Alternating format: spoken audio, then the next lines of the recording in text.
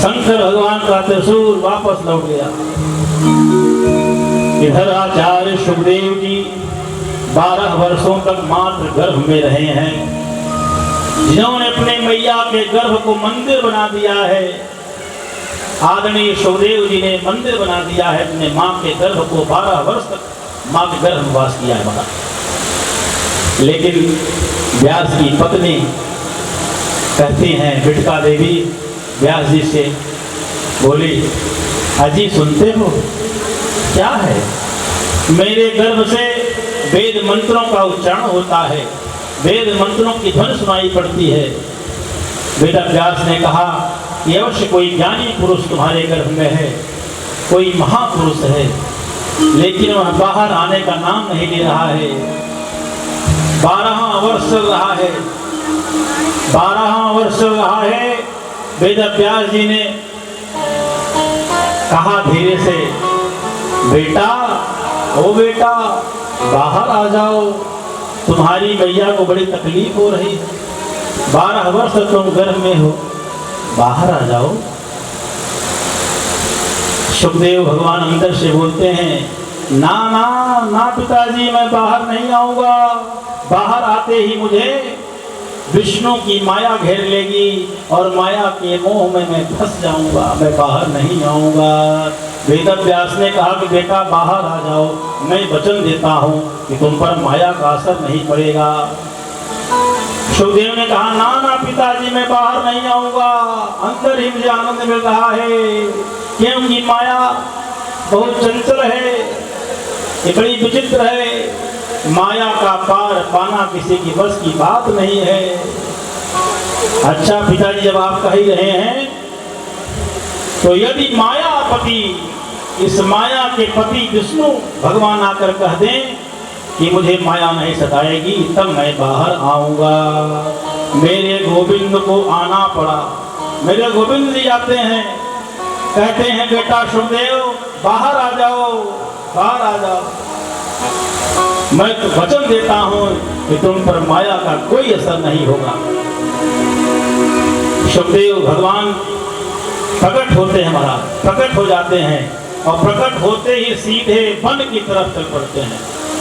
जैसे ही वन की तरफ चल पड़े, सुखदेव जी पीछे पीछे, व्यास जी उनके पिता वेद व्यास जी पीछे पीछे जा रहे हैं, बेटा बेटा।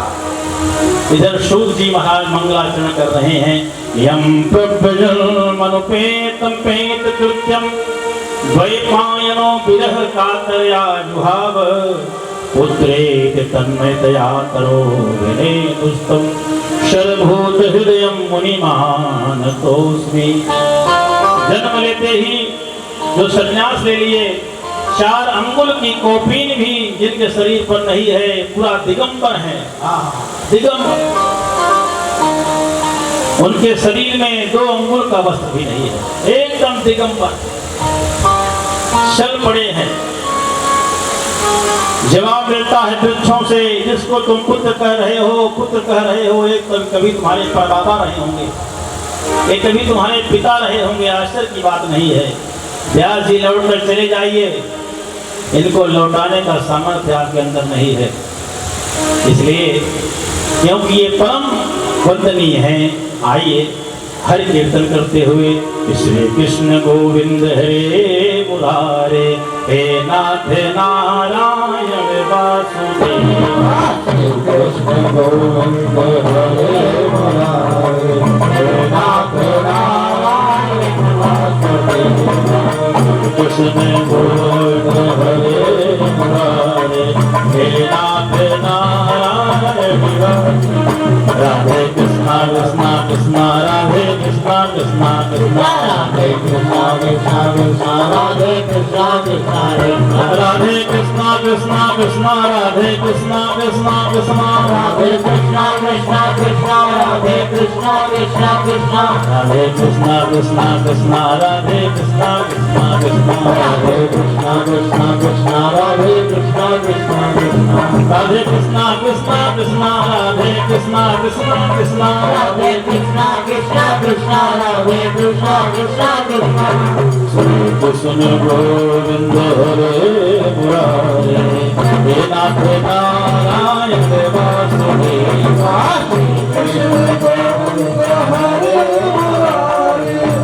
नाथ नारायण वासुदेवा। आदरणीय सूर्य जी शौनकादिक ऋषियों के प्रश्नों का जवाब दे रहे हैं। उन ऋषियों ने कितने प्रश्न पूछे थे? तिवारी जी, ऋषियों ने कितने प्रश्न पूछे थे?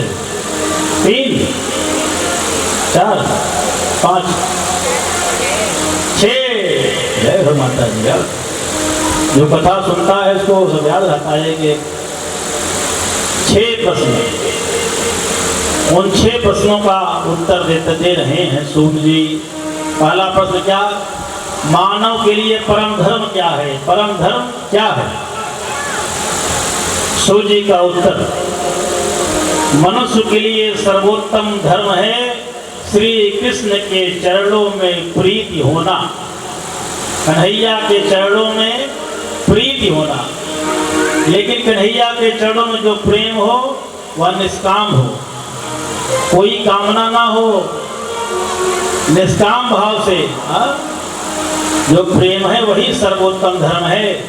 ऐसा ना कि कन्हैया से कहो कि मेरे कन्हैया मैं बहुत प्रेम करती हूँ, बहुत सेवा कर रही हूँ, ये मेरा जो पड़ोसी है ये हमारा ट्रिपल स्टोरेज मकान है, इसका तो बहुत आलीशान हो गया है, अब कुछ करिए कि ये आगे न जाए। ऐसा कामना लेकर आप करेंगी तो फल नहीं मिलेगा, महाराज, उसका रिएक्शन हो जाए। इसलिए निष्काम भाव से, यही सबसे बड़ा धर्म है। कन्हैया के चरणों में प्रीति, भगवान के नाम का संकीर्तन, निष्काम भाव से। भगवान की पूजा करिए, उसे कामना मत करिए कि हमें ये चाहिए चाहिए। अगर आपने कामना कर दिया तो धर्म नहीं है। मानव का सबसे बड़ा धर्म यही है, निष्काम भाव से भगवान के चरणों में प्रीति करना। ठीक है। और दूसरा, मंदिर में पूजा करने जाते हैं तो श्रेष्ठ देवता कौन है? सूर्य जी ने बहुत सुंदर बात कही, निंदा कभी किसी की मत करो, निष्ठा हमेशा एक में करो।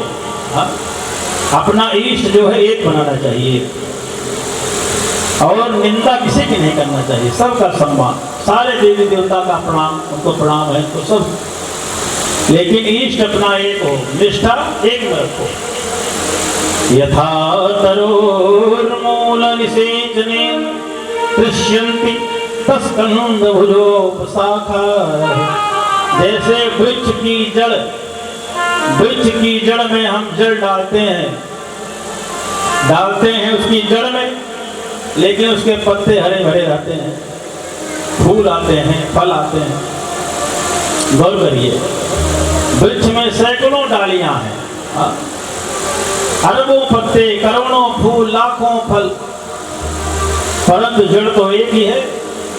वैसे हमारा ये सनातन धर्म, हमारे नारायण एक है, परम ब्रह्म अकेला, उसके अनेक अनेक स्वरूप हैं, सारे स्वरूपों को प्रणाम करना है, लेकिन निष्ठा एक में रखनी है। गोविंद के चरणों में प्रीत लगाओ, किसी की बुराई मत करो, भगवान को याद करो। जब भगवान को याद करोगे तो याद का उल्टा दया। याद करोगे तो उनकी दया हो जाएगी अपने आप। केवल याद करते रहो, बस उनकी याद बनाए रहो, उनकी दया हो जाएगी प्यारे, गारंटी से। और राह चलते जरूरतमंदों का भला करते रहें। देखिए बेचारा असहाय है, गरीब है, निर्धन है, उसको समझिए कि जरूरतमंद है तो यथाशक्ति उसका भला भी करेंगे तो भला का उल्टा क्या होता है? लाभ। आपको इनडायरेक्ट लाभ भी मिल जाएगा, आपको पता भी नहीं चलेगा ये लाभ कहाँ से आ गया। यही सब माया उनकी है, कृपा है। इसलिए भगवान की आराधना करें, निष्ठा सम्य करें, अपने एक इष्ट को पकड़ लीजिए कि हमारे एक इष्ट हैं, हमारे गोविंद, राम, शिव, हनुमान जी, जिनको भी अपना आप इष्ट बना लीजिए। और बाकी सारे देवी देवता हैं, सबको प्रणाम है, ठीक है, किसी की निंदा नहीं करनी। और तीसरा है भगवान का नाम अजन्मा है, तो प्रभु ने जन्म क्यों लिया, कैसे लिया? सूत जी ने उत्तर दिया है, प्रभु का जन्म नहीं होता।